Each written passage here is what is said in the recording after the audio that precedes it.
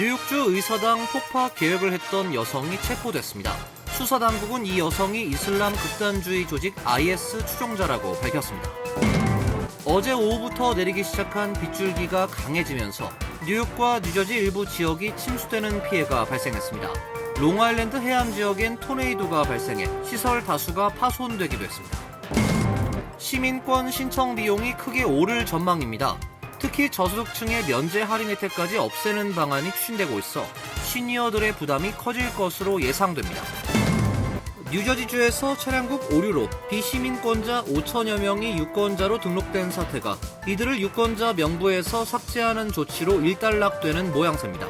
공화당은 이번 사태에 대한 독립적인 검증을 요구하고 있습니다. 조란 맘다니 뉴욕시장이 추진하고 있는 시형식품점이 소상공인들의 반발에 부딪혔습니다. 예정지 인근에만 15개 이상의 중소상점이 밀집해 있어 집단 폐업 우려가 제기되고 있습니다. 이상은 오늘의 주요 뉴스입니다. 시청자 여러분 안녕하십니까? KBN 뉴스입니다. 뉴욕주 의사당 폭파를 계획했던 한 여성이 체포됐습니다. 수사당국은 이 여성이 이슬람 극단주의 조직 IS 추종자라고 밝혔습니다. 뉴욕 연방 북부지검은 어제 뉴욕주 올버니에 거주하는 35세 여성 제시카 보이를 테러 조직 지원 혐의로 기소했습니다. 보이는 뉴욕 의사당 인근을 최소 5회 답사하며 사진 수십 장을 촬영하고 음식 배달 가방에 폭탄을 숨겨 의사당에 진입한 뒤에 건물을 폭파할 계획을 세운 혐의를 받고 있습니다. 그는 폭파 성공 시 일단 시리아로 도주할 계획이었고 이후 다시 귀국해 뉴욕 타임스 스퀘어에서 열리는 새해 전야 축제에서 테러를 감행할 뜻도 언급했던 것으로 조사됐습니다. 공소장에 따르면 보이는 IS 추종자로 위장한 FBI 요원들에게 접근해 건물을 최대한 파괴하고 상원 의원들을 죽이고 싶다고 말한 것으로 밝혀졌습니다. 보이는 또 IS 추종자로 위장한 요원들로부터 총기와 탄약, 탄창을 구입하고 $200를 빌려 폭탄 제조용 못 등을 구매했습니다. FBI는 보이가 실제로 테러에 나설 수 있다고 보고 19일 체포했습니다. 검찰에 따르면 그는 5년 전 이슬람으로 개종한 것으로 조사됐고 IS에 충성을 맹세하는 서류와 녹취도 발견된 것으로 전해지고 있습니다. 검찰은 FBI 합동테러 대응팀과 협력으로 심각한 음모 계획을 저지할 수 있었다며 그는 법정 최고형 기준 징역 20년, 최대 $25만 벌금, 평생의 보호관찰을 받을 수 있다고 말했습니다. 캐시 호컬 뉴욕 주지사는 성명을 내고 현재 즉각적인 위협은 없다며 의사당과 다른 정부 건물의 경비를 강화했다고 밝혔습니다. 어제 오후부터 내리기 시작한 빗줄기가 강해지면서 뉴욕과 뉴저지 일부 지역에 침수 피해가 발생했습니다. 특히 롱아일랜드 해안 지역에 토네이도가 발생해 해안가 시설 다수가 파손되기도 했습니다. 김규진 기자가 전해드리겠습니다. 강풍을 동반한 폭우가 어젯밤 동북부 지역을 덮치면서 퀸즈 등 뉴욕시 일부가 물에 잠겼습니다. 주요 도로가 침수되면서 버스와 전철 운행도 차질을 빚었습니다. 롱아일랜드 익스프레스웨이, 프랜시스 루이스 블러바드 구간이 양방향 모두 전면 통제됐으며 소방대원들이 발목까지 차오른 물을 헤치며 구조 작업을 벌였습니다. 제키 로빈슨 파크웨이 동쪽 방향도 극심한 정체를 겪었습니다. 또 타임스퀘어 역 등 주요 지하철 도선의 선로가 침수되어 열차 운행이 중단되거나 우회 운행했습니다. 펜스테이션은 역 내부로 빗물이 쏟아져 내려 물바다가 되기도 했습니다. 무역센터 인근 선로 물에 잠겨 2라인 열차가 양방향 모두 지연 운행됐습니다. 롱아일랜드 해변 지역에는 폭우와 함께 토네이도가 몰아쳐 시설물 피해가 컸습니다. 아틀란틱 비치에서 토네이도가 목격되면서 나소 카운티는 오후 6시 45분부터 7시까지 해당 지역에 토네이도 경보를 발령했습니다. 강풍이 몰아치면서 비치클럽의 시설물이 파괴되어 부서진 해변 의자와 목재 파편들이 해안가를 따라 어지럽게 널브러졌습니다. 뉴저지주도 다수의 피해가 발생했습니다. 서밋의 한 다세대 주택은 번개로 인해 화재가 발생해 주민들이 대피했으며 저지시티에서는 기습폭우로 차량에 갇힌 주민 69명을 구조했습니다. 구조대원들은 고립된 주민들을 돕기 위해 무릎 높이까지 차오른 도로를 고무보트를 타고 이동했습니다. 뉴욕시는 이번 폭우로 인한 사망자나 중상자는 없다고 발표했습니다. KBN 뉴스 김규진입니다. 보호자가 없는 미성년 불체자에 대한 추방 재판이 급속으로 진행되면서 적법 절차를 받을 권리가 침해되고 있다는 지적이 나오고 있습니다. 변호사를 선임하거나 재판을 준비할 시간마저 부족한 것으로 알려지고 있습니다. 뉴욕, 애리조나, 캘리포니아주 등의 이민 법원 판사들이 보호자 없는 미성년자들에게 변호사를 선임할 시간을 3주도 채 주지 않고 추방 절차를 진행하기로 결정하는 사례가 반복적으로 발생하고 있습니다. 법무부 산하 이민심사국의 감독관들이 부모나 보호자 없이 미국에 입국한 미성년자들의 경우 재심 기간을 21일 내 처리하도록 이민 판사들에게 지시한 것에 따른 조치입니다. 전직 이민 판사들에 따르면 과거에 일반적으로 허용됐던 3개월 정도의 기간에서 크게 줄어든 것으로 미성년자들이 변호사를 찾거나 사건을 준비할 충분한 시간을 주지 않고 있다고 우려했습니다. 부모나 보호자 없이 입국한 미성년자들의 추방 절차를 신속하게 처리하려는 트럼프 행정부의 의지는 이들이 구금시설에서 보내는 기간이 급증하는 가운데 이루어지고 있습니다. 트럼프 행정부 이민정책 지지자들은 법무부가 미성년자들이 장기 소송 절차에 휘말리는 상황을 방지하는데 그 이유가 있다고 강조합니다. 하지만 법조계 일각에선 추방재판에서 처리 속도를 중시하는 것은 적법 절차를 받을 권리를 포함해 보호자 없이 입국하는 미성년자에 대한 보호 조치에 위배된다고 평가하고 있습니다. 시민권 신청 비용이 크게 오를 전망입니다. 특히 저소득층의 면제 할인 혜택까지 없애는 방안이 추진되고 있어 시니어들의 부담이 커질 것 같습니다. 국토안보부가 공개한 새 규정안에 따르면 시민권 신청서 수수료는 온라인 신청 기준 현행 $710에서 $1280로 570달러, 약 80% 인상됩니다. 우편 신청의 경우 $760에서 $1330로 570달러, 75% 인상됩니다. 저소득층을 위한 할인과 면제 제도까지 폐지됩니다. 현행 제도는 소득이 연방 빈곤 기준의 150에서 400%인 신청자는 $380의 수수료 할인을 적용받을 수 있습니다. 연방 빈곤 기준 150% 이하이거나 심각한 경제적인 어려움을 겪는 신청자는 전액 면제받을 수 있습니다.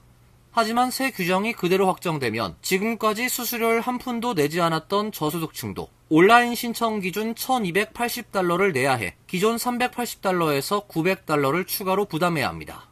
이번 인상안은 시민권 신청이 크게 줄어든 상황에서 추진되고 있습니다.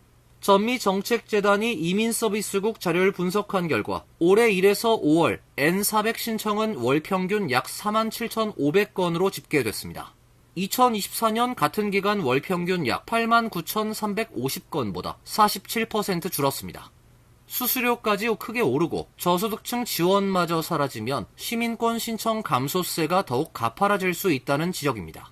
다만 인상안은 아직 확정되지 않았습니다. DHS는 오는 24일까지 의견 수렴 절차를 진행하고 접수된 의견을 검토한 뒤에 최종 규정 확정 절차를 밟게 됩니다. 이민서비스국이 다음 달 18일부터 영주권 신청 신규 양식 도입을 발표하면서 통상 적용되던 유예기간을 없애기로 해 각별한 주의가 당부되고 있습니다. 하루 차이로 신청서가 거절 또는 반송될 수 있습니다. 연방 이민서비스국에 따르면 다음 달 18일부터는 영주권 신분조정 신청서를 신규 양식으로만 접수를 받습니다. 같은 날 발효되는 공적보조 심사 강화 지침에 맞춰 서류 문항 및 제출 증빙 항목을 전면 개편한 데 따른 조치입니다. 이번 개정의 핵심은 하루 차이로 서류가 반송될 수 있다는 것입니다. 9월 17일까지는 기존 양식만 유효하며 9월 18일 이후 우편 소인이 찍히거나 온라인으로 제출되는 접수건은 반드시 신규 양식을 사용해야 합니다. 18일 이후 기존 양식을 제출할 경우 별도의 보완 기회 없이 즉시 거절 반송됩니다. 9월 18일 이전에 신규 양식을 조기 제출할 경우 역시 접수가 불가합니다. 이민법 전문가들은 9월 중순 접수를 계획 중이라면 우편 발송 시점과 소인 날짜를 엄격히 확인해야 한다며 잘못된 서류 양식 문제로 수개월의 대기 시간이 허비될 수 있는 만큼 발송 전에 USCIS 공식 웹사이트를 통해 서류 버전을 재점검해야 한다고 권고했습니다. 총기 관련 정책이 연이어 뒷걸음질 치고 있습니다. 그동안 일련 번호가 없어 추적이 어려웠던 이른바 유령총을 일반 총기와 동일하게 규제하도록 한 조치가 위헌이란 연방 법원의 판결이 나왔습니다. 텍사스 북부 연방지방법원의 리드 오커너 판사는 최근 연방 주류 담배, 총기, 폭발물 단속국이 2022년 도입한 고스트건 규정이 총기 소유 권리를 보장한 수정헌법 2조를 위반한다고 판결했습니다. 규정의 적용 기준도 지나치게 불명확해 수정헌법 5조가 보장하는 적법 절차 원칙에 어긋난다고 판단했습니다. 고스트건은 소비자가 온라인 등에서 부품이나 조립 키트를 구입해 직접 만들 수 있는 총기입니다. 통상 일련 번호가 없고 구매 과정에서 신원 조회도 이루어지지 않아 범죄에 사용되면 소유자와 유통 경로를 추적하기 어렵다는 지적을 받아왔습니다. 바이든 행정부가 마련한 규정은 고스트건 조립 키트와 미완성 프레임, 리시버도 연방법상 총기로 분류했습니다. 이에 따라 관련 제조, 판매업자는 면허를 취득하고 제품의 일련 번호를 표시하며 구매자의 신원을 조회해야 했습니다. 그러나 법원은 개인의 총기 제작은 미국 건국 초기부터 이어져 온 관행이라며 총기 제작과 수리에 필요한 부품에 대한 접근을 제한하는 해당 규정은 미국의 역사적 총기 규제 전통과 배치된다고 밝혔습니다.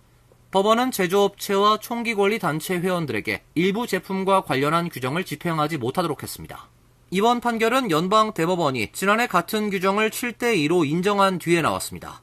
다만 당시 대법원은 총기 단속국이 1968년 총기 규제법에 따라 고스트건을 규제할 권한이 있는지만 판단했으며 규정 자체의 위헌 여부는 다루지 않았습니다.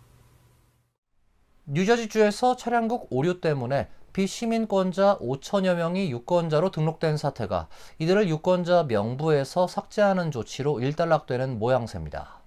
하지만 공화당은 이번 사태에 대한 독립적인 검증을 요구하고 조사를 위한 특별위원회 설치를 주장하고 있습니다. 뉴저지주가 차량국 전산 오류로 유권자 명부에 잘못 등록된 비시민권자 약 5,100명을 명부에서 삭제했습니다. 이번 문제는 2023에서 24년 차량국의 자동 유권자 등록 시스템에서 발생한 소프트웨어 오류에서 비롯됐습니다.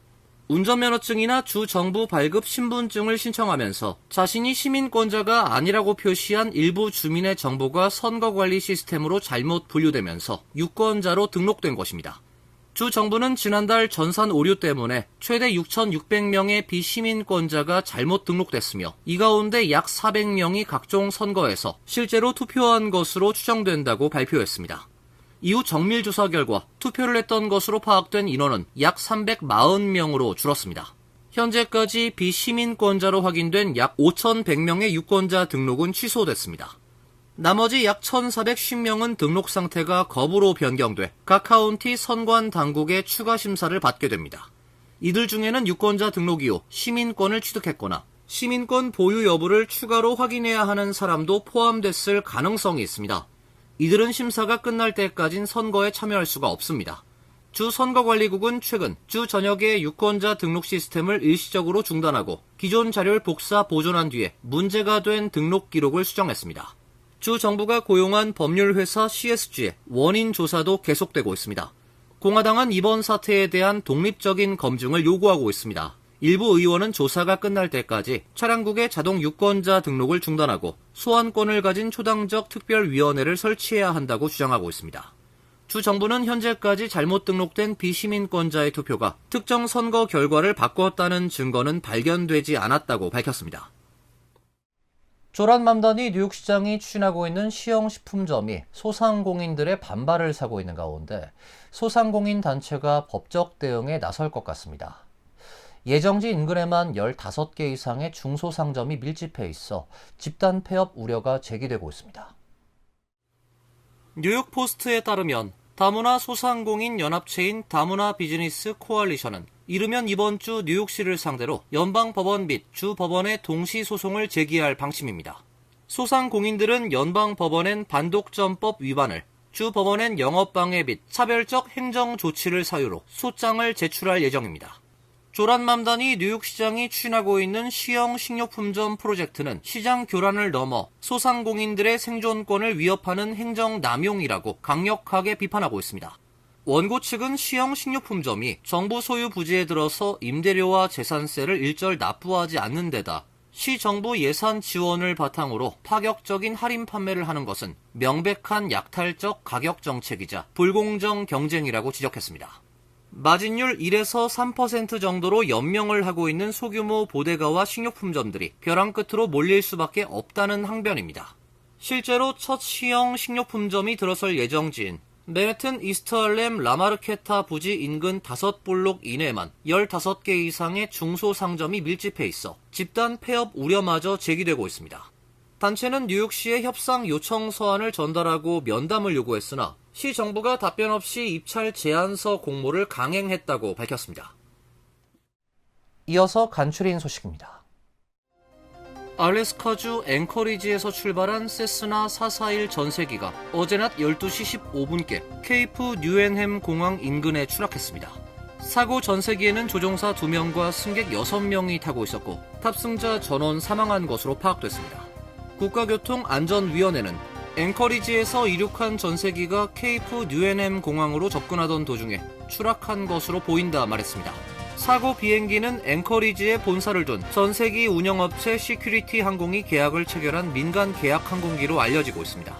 탑승한 승객들은 군 관련자들로 임무를 수행 중이었던 것으로 확인됐습니다. 연방항공청은 사고 원인은 아직 확인되지가 않았으며 현재 조사 중에 있다고 밝혔습니다.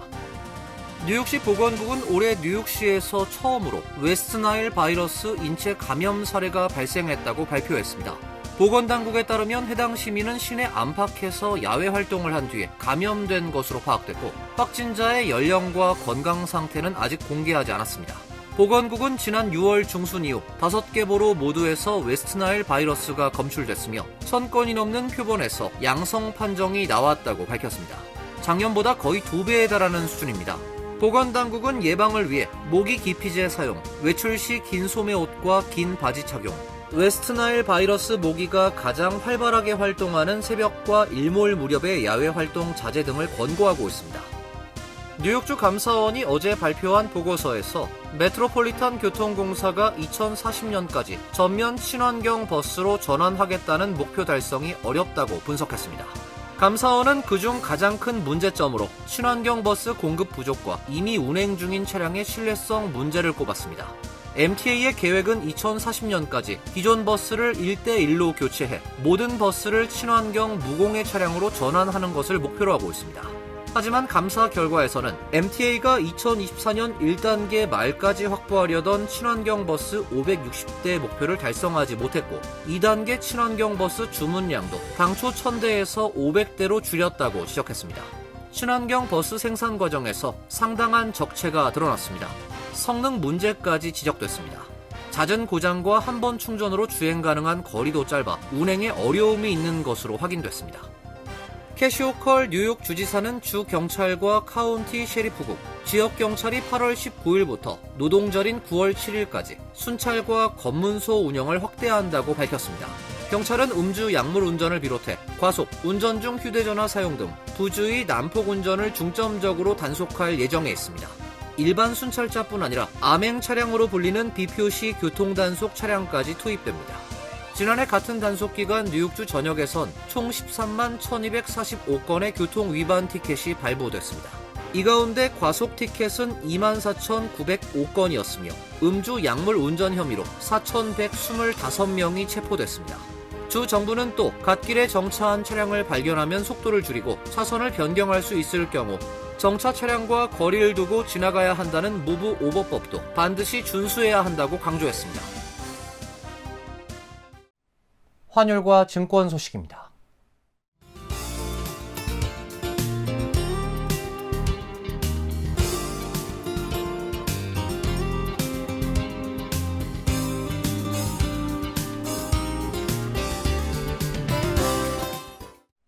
이어서 날씨입니다. 내일은 흐린 가운데 비가 내리다 그쳤다를 반복하겠습니다.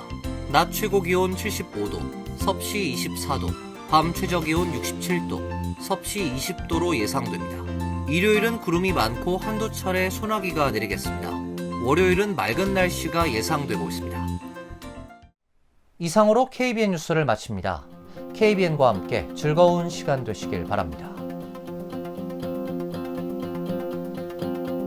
동부 최대 한인방송 KBN이 제작하는 KBN 뉴스는 웹사이트 mykbn.com 그리고 유튜브와 페이스북에서 다시 보실 수 있습니다. 좋아요, 구독, 알림 설정은 뉴스 제작에 큰 도움이 됩니다.